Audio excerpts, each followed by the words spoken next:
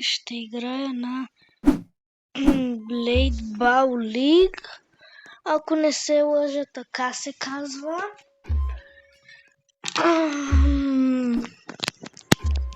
Аз съм горе-долу добър на нея. Горе-долу съм добър на нея. Но не знам, просто я игра от малко време. И сега правя първото ми видео на нея. Почваме матч. Моето любимо е Токио. Тук стадиона на Токио.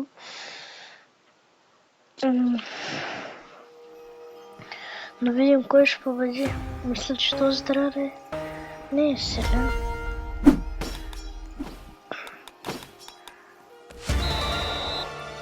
И ако някой играе тази игра в Roblox и не знае как да удря нагоре, просто трябва да си направи екрана така.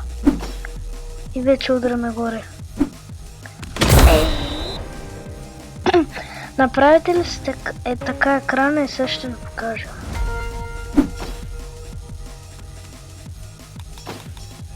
И вкарвате. И я вдигате нагоре, бе.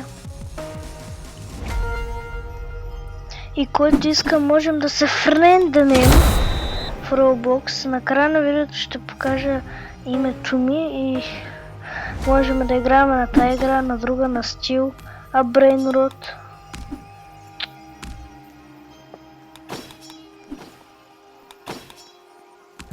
На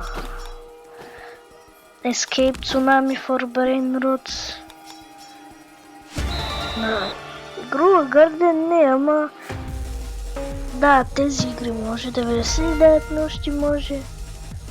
Тази игра може най-много да играем, защото ми харесва и нормалния Blade Ball.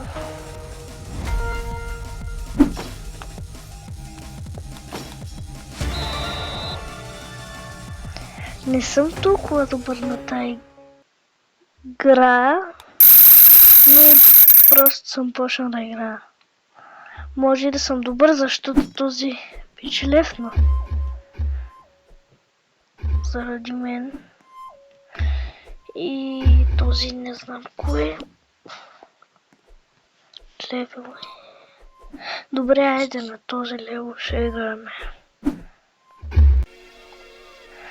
Така или иначе може да е лесно с този.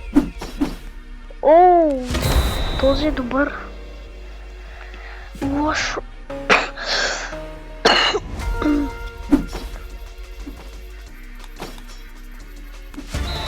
Какъв гол вкара. Този е може би на добро ниво.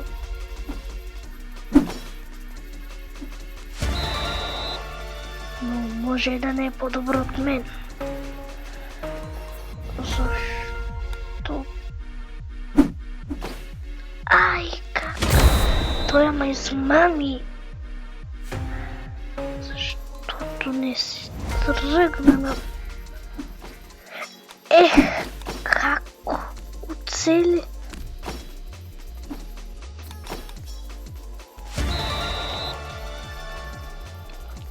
И също накрая, ако някой иска да се сложи с мен, може и да играем на Realistic Street Soccer. Една игра с футбол, не е с Blade такива бал. Тази се казва Blade Ball League. А Realistic Street Soccer имам private сервер, можем само ние, можем и в public сервер, ако се свържим с някой. И там, честно казано, пак е футбол, но интересно е. И може, който не е играл или който е играл по-скоро, да играем едно в едно.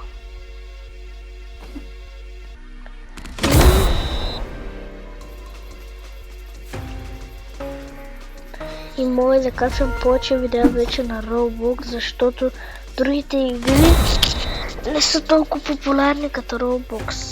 Може Fortnite да качвам. Ще видим, когато имам време. И когато искам да играя,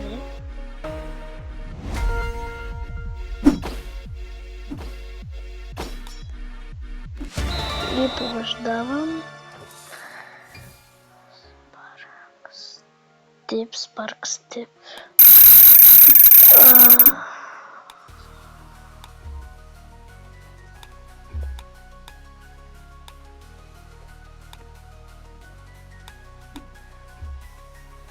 Добре. Супер.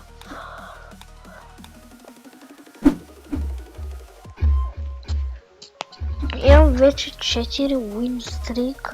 Не съм губил.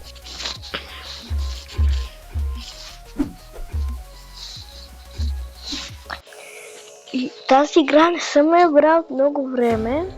В смисъл, казах ви, че съм нов и я играя, но преди съм я играл доста. Не доста, ми с моят приятел лятото, тогава не беше прайма на тази игра. Поне за нас защото бяхме много добри на тази игра. А пък сега не знам дали съм толкова добър. Може би.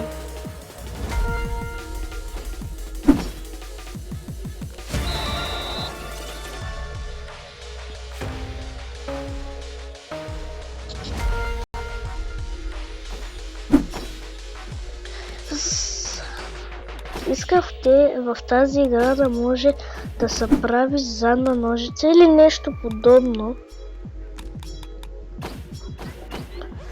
Защото би било хубаво не само да удряме топката, с крака може, но и така е доста добра играта.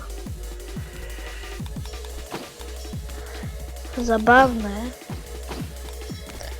Със сигурност трябва да тренираш на нея, за да станеш добър и да се учиш как да таковаш топката нагоре, защото трябва да си направиш скрина така, ако този ти дойде, ако другия човек ти дойде да стреля с топката, може да вкара.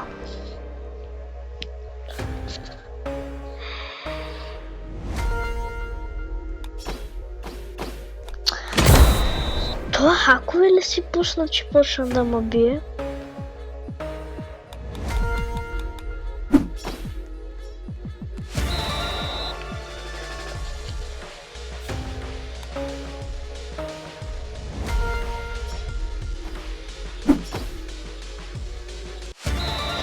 Победих и вече съм на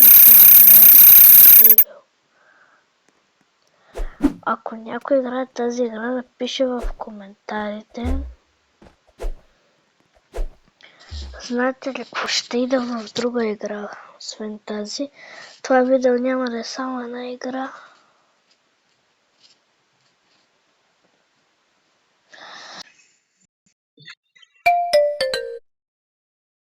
Ще Join Escape Tsunami.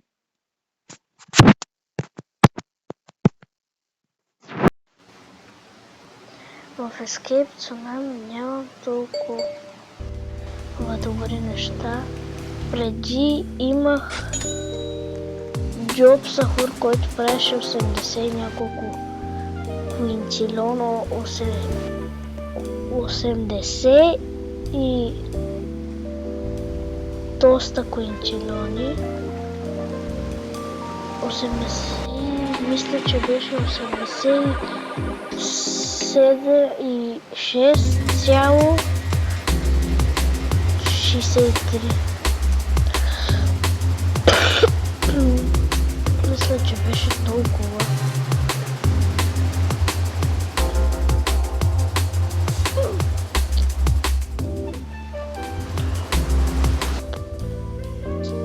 Просто сменям игри аз.